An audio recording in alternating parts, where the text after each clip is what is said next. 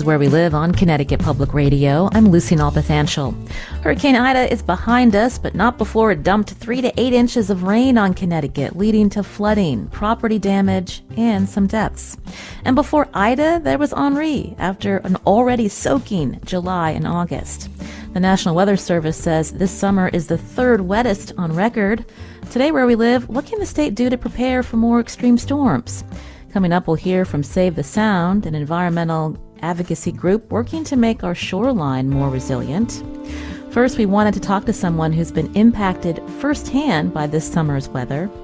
Roger Phillips and his family make their living off the land, and Ida hit them particularly hard. He joins us now by phone. Roger is a farmer and owner of Sub-Edge Farm in Farmington. Roger, welcome back. Thank you for having me. I appreciate it. So first off, we're so sorry to see and hear about the devastation that your family farm has seen this summer. When Hurricane Ida was forecast to hit the Northeast, can you talk about what that day was like on your farm? Sure. Well, we had already had, like you said, a number of weather events, lots of rain. I think there was one day we had a freak 5 inches of rain in like a 2-hour period or something. Mm-hmm. And so the water kept collecting, and then this was just like the tipping point, or the last straw, as it were. The storm came in the middle of the night. I remember going out at about 12:30 or 1 to check on all the animals, and water was coming literally in every direction with the wind about 30 miles per hour. It was terrifying out there. So I was battening down the hatches, checking on all the chickens, and I was assuming that in the morning I was going to wake up and it was going to be bad, and that was the case. So when you talk about this summer being very wet and the impact on the water table, so the sources of water near your farm and what this summer has done in terms of no place for the water to go, Roger? Right, exactly. Yeah, and I was looking at, I think it was my Facebook memories or something from last year, and it showed a photograph of Thompson Brook, which runs right through the farm, and it was completely dry as a bone, no water in it at all. And this year it was rising and running through the fields, really fast water coming through the fields. And then on the other side of the road where our fields are, the Farmington River had also risen up, and the two eventually met in the middle in the road, and the road was underwater as well. So it was pretty dramatic. Tell our listeners about your farm, because not only are you raising crops for summer and winter CSAs, you mentioned the animals that you have, and what was the impact, Roger? Sure. Well, we're a diversified farm, and so we're doing lots of different things. We like to say that instead of a monoculture like Joel Salatin, the farmers, our farm is a polyculture. Mm. So primarily vegetables is what we do, but we also raise grass-fed beef. We raise pork. We have 1,000-layer hens. We do meat birds. We do Thanksgiving turkeys. So it's the farm is very alive, as a lot of life in it. We had bees on the farm. The bees also had damage. It was just middle of last week I was able to wade out and check on our friend Stewart's bees, and they were all on their side. It's just one more thing that got damaged, unfortunately. Mm. And you lost a lot of crops. What does that mean for your winter CSA?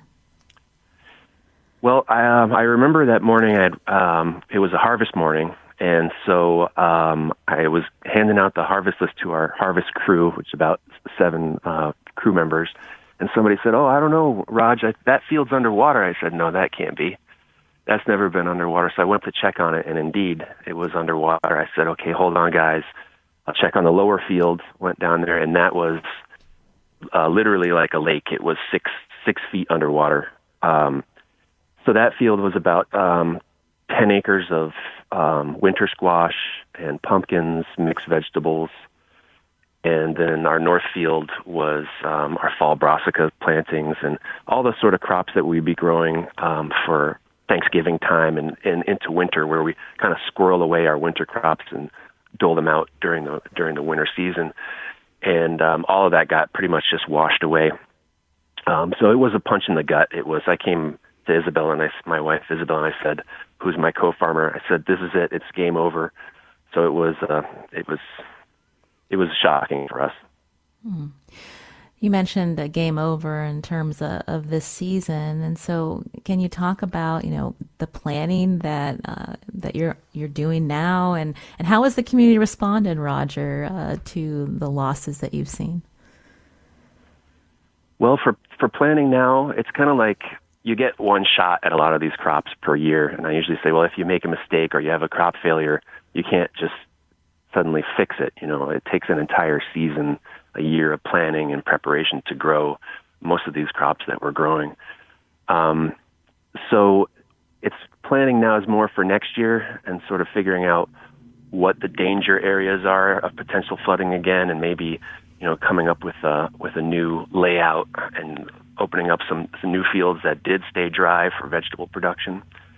As soon as this happens, our road was closed, and we had neighbors and CSA members and customers who were calling us and texting us and messaging us, how are you guys? Are you guys okay?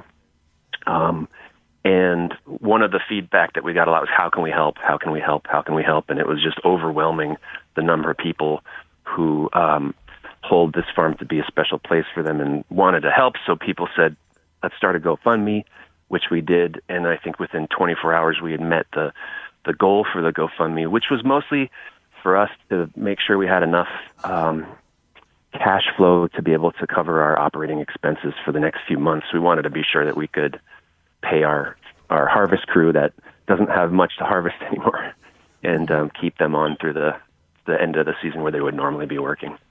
So it's been extremely gratifying for us. We went from this sort of feeling of absolute dread, like, what are we going to do? What are we going to tell our CSA members? What are we going to tell our customers? How are we going to pay the bills? To, it's okay, everybody's got our back, we've got this, and we're going to keep farming. We're going to be here next year. There's no problem. So it's been a good ending. You're hearing Roger Phillips here on Where We Live. He's a co-farmer and owner of Sub-Etch Farm in Farmington, as we talk about this weather over the last few months and the impact on people like local farmers, like Roger and his family. You can join us as well, 888-720-9677, or find us on Facebook and Twitter at Where We Live. So, Roger, it sounds like you're optimistic for the future, but it's still a lot of work, and it shows that there's a lot of risk involved with farming. There's just some things you can't control. Yeah, that's true. And sometimes that's good. Sometimes that's kind of a nice feeling that we do rely on nature, and sometimes we just have to let go. But then at the same time, you think about all of the work that went into cultivating and fertilizing and seeding and starting these plants in the greenhouse months and months and months ago, and all of the weeding that our crew did hours and hours down on their hands and knees, and to have that all be gone in a second is crushing. Joining us now on Zoom is Greta Moran. She's a senior reporter at Civil Eats, rather. Civil Eats is a nonprofit online news site that's focused on the American food system. Greta, welcome to our show. Thank you so much. So we're listening to Connecticut farmer Roger Phillips talking about just the impact of this season. We know in Connecticut we've had some recent droughts, and so can you talk about, when we think about farming across our country, and what farmers are up against? Yeah, so I think climate change has enormous impacts on farming on a fundamental level. The climate change is making the world just less able to sustain all of life, including plant life. So, not only are farmers up against rising temperatures, but also climate change is affecting nutrient levels in crops. It's affecting the timing of when plants flower. It's affecting insect and animal populations and the availability of water. And then it's intensifying extreme weather events. So there's more prolonged periods of drought, There's erratic and extreme rainfall patterns, as Roger Phillips experienced. There's more intense hurricanes and more intense wildfires. And all of this really impacts agriculture, which is so dependent on a stable climate. And so across the US, we're seeing places that were, once thought of agricultural utopias being severely impacted by the climate crisis. So along with crop loss from climate disasters like drought and flooding, we're also seeing farmers letting their crops die in the fields because of the water shortages, especially in the West. And so it's interesting too how different the impacts are. So in Connecticut, you're seeing these more extreme and erratic rainfall events this summer, but then on the other side of the country, there's a severe water shortage in the groundwater levels and in the surface water levels. So what are some solutions that farms and farmers are exploring? Because we know that this climate crisis, unfortunately, isn't going away, and this more extreme events are going to be part of our future. Yeah. So I would say first, the most important solution for anything related to the climate crisis is stopping putting fossil fuels in the atmosphere. But then there's also a lot that farmers can do to adapt. So a lot of farmers are, there's a new focus around regenerative agriculture, which isn't actually really new. It's really based on a lot of indigenous and older farming practices, but a lot of this is focused around building up the soil fertility. So if you have really healthy soil, it can be better able to absorb water and sort of act like a sponge in the case of extreme rainfall events. And then if there's not a lot of water, then you also get those sponge-like benefits where it can absorb the very little water that falls from the sky. So that's a really key solution, is building up the soil health so it can function sort of like a buffer to these extreme weather events. And then I think also improving land access for small farmers and indigenous farmers, and who have been already doing a lot of these climate-friendly solutions is another really key method. Roger Phillips is still with us from Sub-Edge Farm in Farmington. Roger, you've been farming for many years, and so as you're seeing the conditions fluctuate from year to year, can you talk about some of the approaches that your farm is taking to adapt? Sure. Yeah, I would say one of the things that's most noticeable is the kind of extremes that we're talking about. And like I mentioned, how last year we had this intense drought. I remember looking at the drought map, and you have a sort of orange and green on the outside, and then red is more intense. And for our farm on the map, it was like the red spot, of course. So we went from that to being underwater, and that's what makes it challenging. Is how do you prepare for one or the other, two extremes in both ways? So last year after our drought, we said, okay, we've got to be ready for this again next year. So we spent, $10,000 on a new well, and another $10,000 on a whole bunch of hoses and attachments for irrigation, et cetera, et cetera, et cetera. And of course, this year we didn't use it, and most of it was underwater at one point. So it's a challenge to be able to think this way.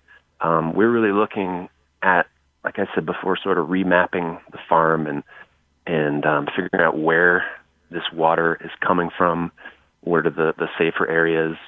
Somebody had recommended to us that we might be able to dredge a couple of the ponds that we have on the farm so that they're deeper and can hold more rainwater or stormwater when it comes in. And another thing that we definitely are keyed into is making sure all of our soil is has crops growing on it at all times, so that there's no exposed tilled soil that can be washed away. Because that was one thing that really scared me after this was, is there going to be any erosion damage? Because I have known farmers who have lost several feet of topsoil in floods like this, and of course that's tragic because you can't really get that back. So those are a couple of the things that we're doing or thinking about. Yeah. And when we think about the farm community in our state, Roger, it's a small community, but are there other farms that are also dealing with these challenges? Oh, absolutely. Yeah. Even within Farmington, I know over on Meadow Road, in the area we call the Flats, that was also completely underwater. I saw some drone photos of that. I read about the farm in Woodbury had lost hundreds of thousands of dollars worth of crops. Holcomb Farm in Granby had to cancel their winter CSA because they also had a lot of losses. So it's definitely not just us. We were encouraged by the Department of Agriculture to report to the Farm Service Agency all of our losses, and then hopefully the state can go to the federal government and ask for some emergency funds for all of these farms who've suffered losses from these events. Well, that's good to hear, Roger. Greta, before we let you go, as we talk about just the impact of the climate crisis on farming in our country, we're thinking about ways to support farms. Obviously, they have to think about the cost of what they are growing and raising, and how this impacts our food system in terms of increasing costs to the consumers, and what that means for the type of support that states like Connecticut have for smaller farms versus what you see in California. Greta, did you want to respond? Yeah, I think that's definitely true. I think I'm especially concerned about some of the economic risks to the smaller farms, and along within Connecticut, on the other side of the country, a lot of smaller farms have more shallow wells, so it can be especially hard for them right now in the drought. They're more likely to go dry before the larger farms with deeper wells, and so I think any economic support to that is given to small farmers is critical right now, and you definitely need that in order to sustain regional food systems. And all the beautiful fruits and vegetables that people enjoy at farmers markets, and in grocery stores and in restaurants. You definitely need support for the smaller farmers for that. I want to thank Greta Moran for joining us, senior reporter at Civil Eats. And Roger Phillips, you said that the community has rallied to support you. There was that GoFundMe. Are there other ways to help Sub-Edge Farm and the other farms that you mentioned? Yeah, well, one of the best things that people can do is just remember that we're open, we're here, we're growing food for you. To maybe make an extra trip that out of your way, that's something you might buy at the grocery store, to go to a local farm and buy it from them. And also to be regular customers is super important. If you go to a farmer's market, go every week and make sure that you can support those farmers. Because right now, a lot of the growers that I talk to, they're like at the tipping point where they're like, I'm not going to do this anymore. So the support really means a lot to us right now. Roger Phillips, again, is a co-farmer and owner of Sub-Edge Farm in Farmington. Roger, thank you. Thank you. I appreciate it. This is Where We Live on Connecticut Public Radio. I'm Lucy Nalpathanchel. Coming up, we're going to talk to a Connecticut environmental advocacy group about ways the state and our shoreline can become more resilient to stronger storms. You can join us too, 888-720-9677. That's 888-720-WNPR. Or find us on Facebook and Twitter at Where We Live.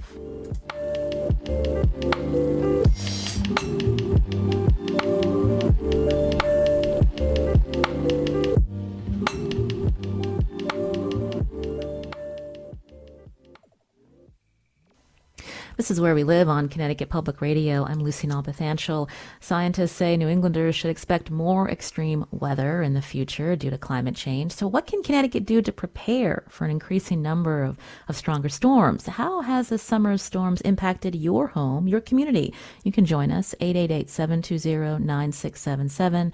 That's 888-720-WNPR, or find us on Facebook and Twitter at Where We Live. Curt Johnson from Save the Sound joins us now. He's president of the organization. It focuses on ways to make our shoreline more resilient. Curt, welcome to the show. Thank you.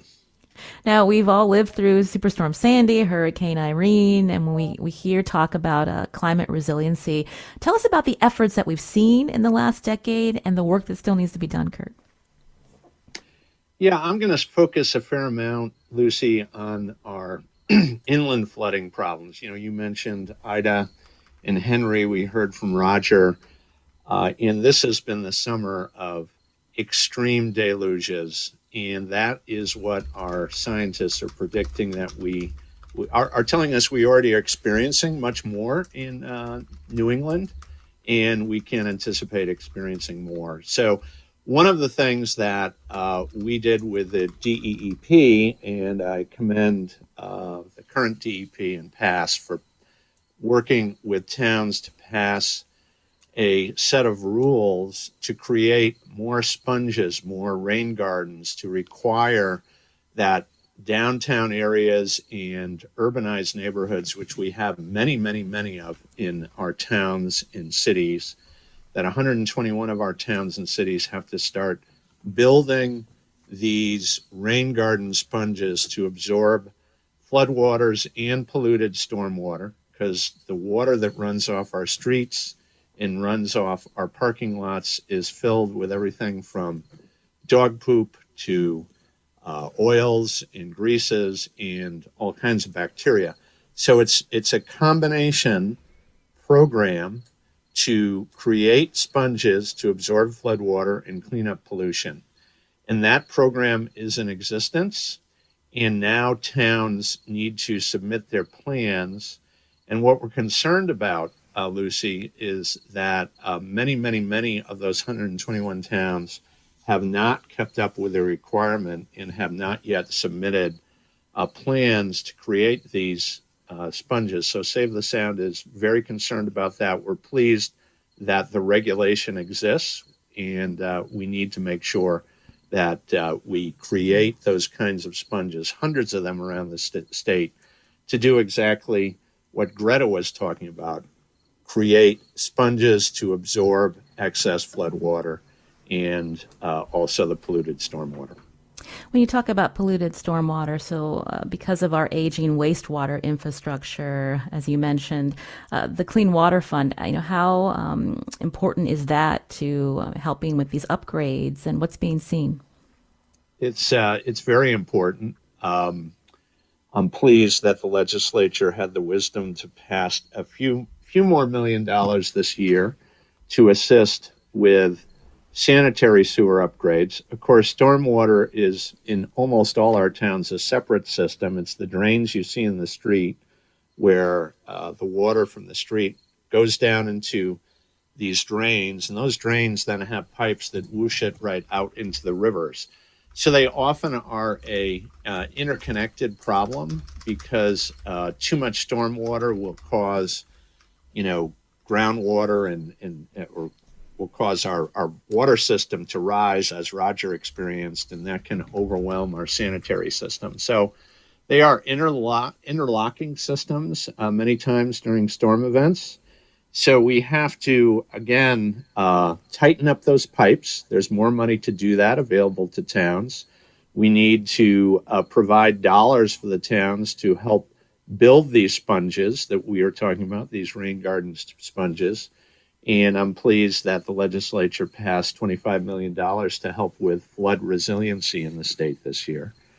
And we Yeah, And go Curt, ahead. I just wanted to say, Anthony tweeted that they recently held a green infrastructure meetup in Hartford, and he's got a big question of why the Metropolitan District has zero ground level green infrastructure in its $2 billion long-term plan.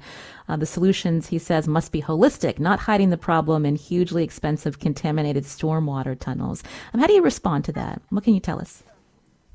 Well, I think both are valuable. I completely agree with Anthony that the city of Hartford, and I know the mayor and the first lady of Hartford are very interested in seeing more of these rain gardens up on the street level, as Save the Sound is, and we're willing to help.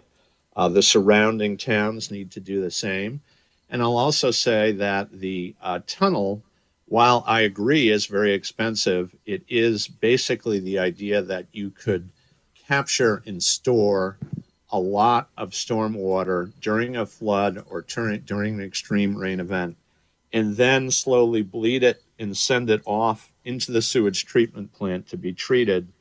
And that is not an unreasonable solution. They have been useful, but I completely agree with Anthony that we need to have a combined effort on this front. And that's a responsibility for the several towns surrounding the city of Hartford and the city of Hartford itself to get with the program of designing and setting out a plan for pulling together and constructing scores and hundreds of these rain gardens. By the way, the city of New Haven has started doing this and we helped them site and install about 75 in a neighborhood near Union Station down there.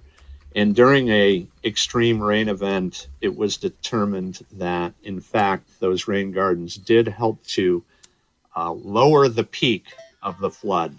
It's not the complete solution. It's not going to solve everything. But as we have more of these extreme rain events, it is something we need to do. We need to help our cities and our neighborhoods with lots of streets for that streetscape to start acting much more like a forest. When we go out in the forest in a rainstorm, we see that it absorbs water back in. We can do the same kind of thing with these rain garden programs.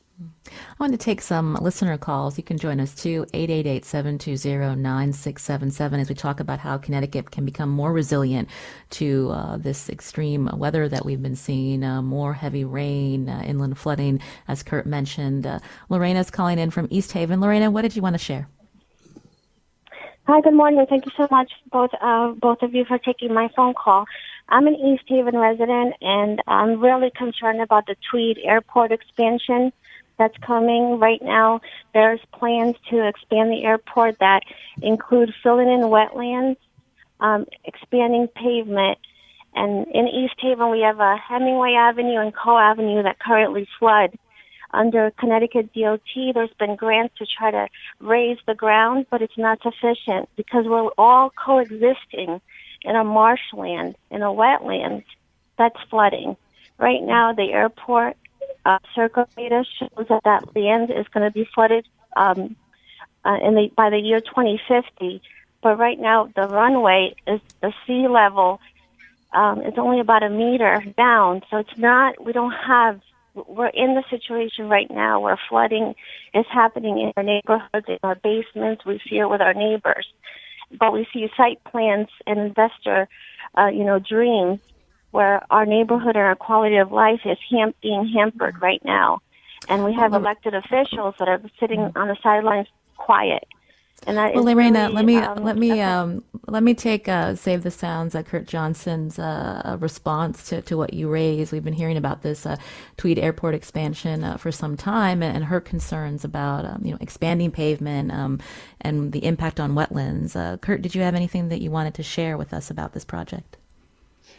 Yeah, Save the Sound shares many of the concerns that she's raised. Tweed is located on wetlands, and the expansion calls for filling of wetlands. We've heard about mitigation. Unfortunately, we've requested the opportunity to go out on the site with scientists and our own scientists to understand what's going on. And so far, we haven't been allowed to do that, which is, really inexcusable. There needs to be a full environmental assessment, and any proposal to replace or mitigate with, rebuilding wetlands needs to be looked at super carefully, because everything that the caller talked about is absolutely correct.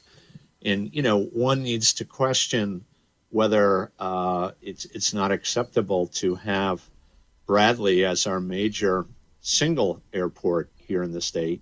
Similar issues could be raised in Bridgeport and Stratford about their location. They have Sikorsky down there. In our opinion, we should be focusing much more of our energy around a single airport that is at a higher elevation up at Bradley. We simply don't have millions and millions of dollars to be expending on multiple airport projects, and the environmental impact is potentially very, very serious. We talked about resiliency earlier in the show. Adam from Hamden's calling in. Adam, what did you want to talk about?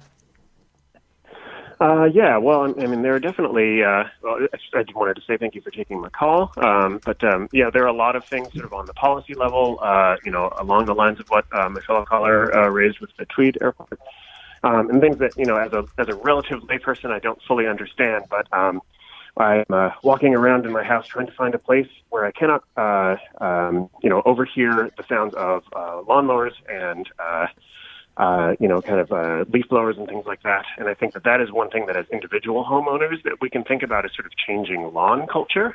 As your guest Greta mentioned, one of the things that we see is if soil is richer, that there's more ability to both absorb rainwater from extreme rainfall events, as well as to store water when there are periods of drought. And I think that's one thing that is also worth mentioning, is that both last summer and this summer, we've seen in Connecticut pretty significant periods of drought preceding these rainfall events. So it's really been kind of bouncing back and forth.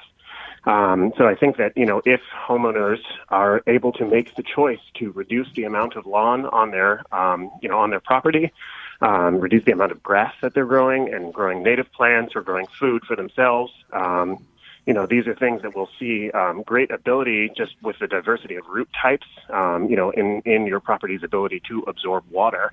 And we have been lucky enough to not have any significant impacts here as a result, but some of our neighbors have not been so lucky. But as a result of some of the extreme rainfall events, thanks to things like the peach tree and, a lot of our native shrubs and things like that, we've been able to absorb a fair amount of that water, which has been, on a fairly small property of 0.15 acres. So, I think if people are able to reconsider their relationship to lawns as individual homeowners, that's one significant thing that will really help with the biodiversity, really help with rainfall resiliency, and I think will make a difference in terms of, kind of the overall food security too, because I think if people are able to grow even a quarter of their own food on their lawns, then we won't be as affected by the unfortunate losses that affected your guest Roger at his farm. Thank you. Well, thank you, Adam, for sharing those comments with us here on Where We Live.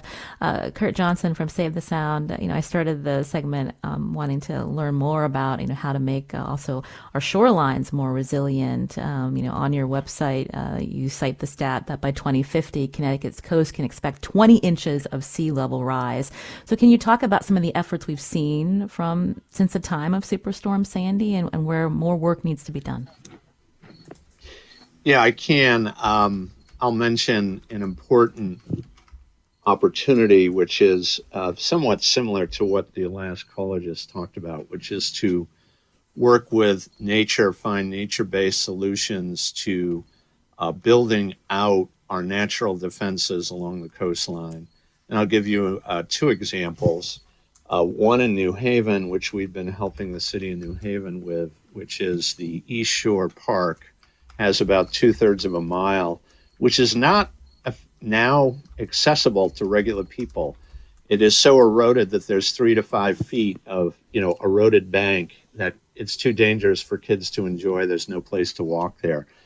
The potential solution that's in design there is to bring in some probably clean dredge materials and to extend out a much flatter surface out into the waterway with the opportunity to build marshes, to have some very short sections of breakwater to dissipate the wave energy, to create marshes, to create some small pocket beaches. And as a result, you're going to have a situation where that park and the surrounding community is more protected. It will be an opportunity for people to reclaim 2/3 of a mile of Long Island Sound for, pure public use by tens of thousands of people who enjoy that park today for other purposes. And it's a way to rebuild the power of nature. We'll have several acres more of tidal wetlands, which I think most of your viewers know or listeners know are the places where fish and birds of all type thrive and live. So these are the kinds of solutions. We have another project that we're working with the town of Guilford, similar park structure. We think we need to have dozens of these projects going on around the Sound. We're happy to work with others. We're glad again for the $25 million that our legislature directed towards that can be used for these kinds of projects. And I'll just tell you another really interesting project that happened in West Haven. There was a small community that was being flooded. These were ranch houses, about 24 of them, repeatedly flooded. They had been flooded out by a combination of too much stormwater flooding and coastal surge flooding 3, 4, 5 times in a period of a few years. And after Sandy came, they simply went to the town and went to FEMA, and the town, City of West Haven, agreed and were able to find funds to buy them out and retreat and move away from that area. People were reimbursed for the value of their property, and now that area is being proposed for perhaps some tidal restoration, tidal marsh restoration. But this was a voluntary effort by several dozen people who just said, enough's enough. We have simply suffered too many floods and too many problems, and we want to be reimbursed for the value of our property. And now that property is becoming conservation land. So, that I think we're going to see more in the future as well.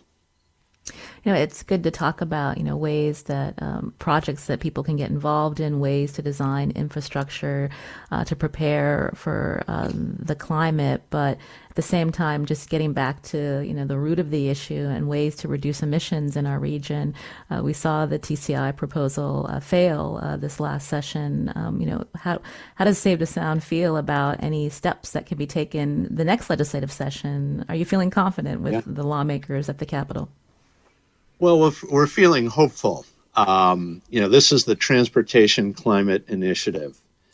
Our single largest climate, source of pollution is our transport, not just here, Lucy, in Connecticut, but in all of the country, and certainly in our northeastern states. And the Transportation Climate Initiative, why it's so important is that it is a collaboration of 11 states. We are the first one of the state legislatures to deal with this, and it's critically important that we get it over the finish line. This would cut climate pollution, carbon pollution by 1/3 regionally if we adopted it. 1/3 of climate pollution being reduced by about 30 to 35 million people who live in that 11 state area. I couldn't agree more with your last caller about individual action. That's critically important, but we have to work collectively on large policy changes like this. And the last thing I'll just say is this is absolutely not a gas tax. We need to look at what experiment we've already run with a cap and trade program. We have run that experiment on our electrical sector. 12 years ago, we adopted what's called RGGI, which is our electrical cap and trade program. And the results have been both tremendous for consumers and tremendous for the environment. 45% reduction achieved in carbon emissions from our electrical generation. And in addition to that, there were all these naysayers that were saying that electrical costs in our region would go through the roof. If you compare the RGGI states that adopted cap and trade to the rest of the country experienced about a 5.5% increase in the cost of electricity. We experienced about a 0.5% increase. We outperformed them from a consumer benefit point of view 10 times from the rest of the country that went with a laissez-faire. We can't do anything about climate change. So to say that this is a tax is a complete misappropriation of the word. It is not. And again, the one experiment we tried with cap and trade, it resulted in our consumers benefiting much more than the rest of the country. Well, Curt Johnson, president of Save the Sound, we'll wait to see what happens with TCI when the legislature reconvenes. But we appreciate your time today here on Where We Live. Thank you so much. Appreciate it. Coming up, we're going to pivot to a topic a little less serious. One of the reasons we love New England is fall, and with autumn comes the return of a delightful treat. After the break, we talk to a cider donateur. Seriously, stay with us.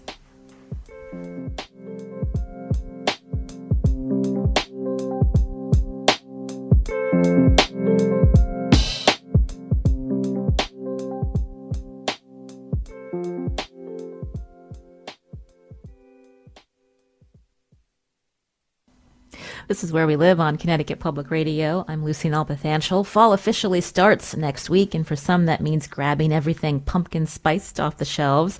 But New Englanders know this is the season for a treat like no other, the apple cider donut. My next guest has made it his, quote, lifelong mission to try every cider donut. Alex Schwartz, I believe, is a Connecticut native and the cider donateur. He joins us now on the phone. Alex, welcome to our show. Thanks so much for having me.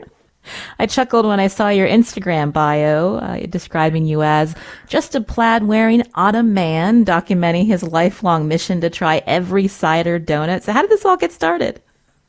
Oh, geez. I mean, well, I guess first off, yes, I did grow up in Connecticut, and that's a huge part of it. Is it's kind of ingrained in my childhood is going to farm stores, having cider donuts, going to orchards and all that. And, it's been an absolutely wild past 2 years, right? Like the pandemic, last fall around early September, I was trying to think of ways to get out of the house in a safe way. And so I started going on hikes outside of the city. I live in Boston now.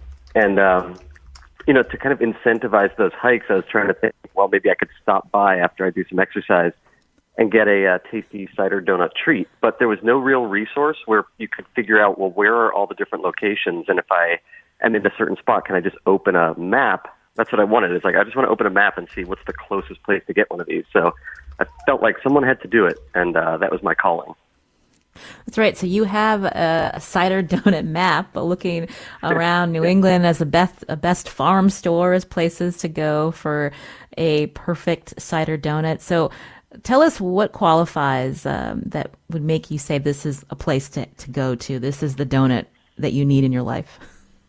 Oh, geez. I mean, so you've got a distinction between kind of, you could go to Stu Leonard's and you could get a box of cider donuts, but they're not being made fresh and hot in front of you. And so the map was intended to essentially be a list of locations where you could go where they're actually making the donuts directly in front of you, hot and fresh. And I think that's actually one of the big criteria for me when I'm rating is, are you, like when you open the bag of the donuts, is steam coming out? And can you, just experiencing the hot donut is far and away the best way to experience it. And sugar or no sugar? It's a complicated one. Like you've got the argument of you've got the regular granulated sugar, you've got the cinnamon sugar, and then you've got kind of the plain. I prefer the plain if the farm store is doing it right, where there's kind of a natural sweetness from the cider that's in the batter emerging. So I think that there's a good way to do that, but I would never say no to a sugared one. Now, I'm going to ignore that you said you live in Boston now, since you are a Connecticut native. But can you maybe, I'll put you on the spot, what are some places in Connecticut that people should check out for the perfect cider donut? Oh, man. Okay, so I know that Lyman Orchards in Middlefield, they are well known for having fantastic cider donuts. I grew up near Blue Jay Orchards in Bethel, and so we went there all the time, and I have fond memories of their cider donuts. And then two others, again, because this is, I get lots of comments from people on the internet, kind of like fervently recommending their favorite spot. I've heard a lot of Rogers Orchards in Southington, and also Hogan's Cider Mill. Someone sent me a photo of Hogan's. They have this drunken cider, which is basically like a cup of cold cider topped with a lid, but the lid is actually a cider donut. So it's kind of, what will they come up with next? Wow, that sounds like a Where We Live field trip producer. Tess Terrible. Let's make sure we write that one down. Before we let you go, Alex, so how many sites are on your map now? How many donuts have you tried? Well, there's over 200 farm stores on the map, so it really does achieve its goal of like wherever you are, you could just open it and say, hey, is there a cider donut place within 10 or 15 minutes of me? I've gone to, so I started it last year. Obviously, the season is early this year. In last season, I went to 30 different orchards, and that was a ton of fun. One day, I did kind of overdo it. I was driving, and I said, any place that had a sign that said cider donuts, I will definitely try one. And I ended up eating 6 different donuts that day. My stomach was not super jazzed about having done that, but I was, doing it for the cause. Well, it sounds like you're living your best life, Alex, and we thank you for coming on the show. I have to ask, the Big E is happening this year. Is it worth trying any apple cider donuts at any of the vendors there? I actually remember trying my first cider donut at the Big E. And I think it was one of the mini cider donuts that someone has a cart where they set it up. And that was fantastic. I think that's where I fell in love. So highly recommend it. All right, so don't knock the Big E. You might find a perfect cider donut there. Alex Schwartz, again, is the Cider Donut Tour. We're going to send out a link to Alex's cider donut map. And we appreciate your time, Alex. Thank you. Thanks for having me. I'm Lucy Nalpathanchel. Today's show produced by Tess Terrible, who also loves a good cider donut and hot apple cider. Kat Pastor is our technical producer. We'll be back tomorrow.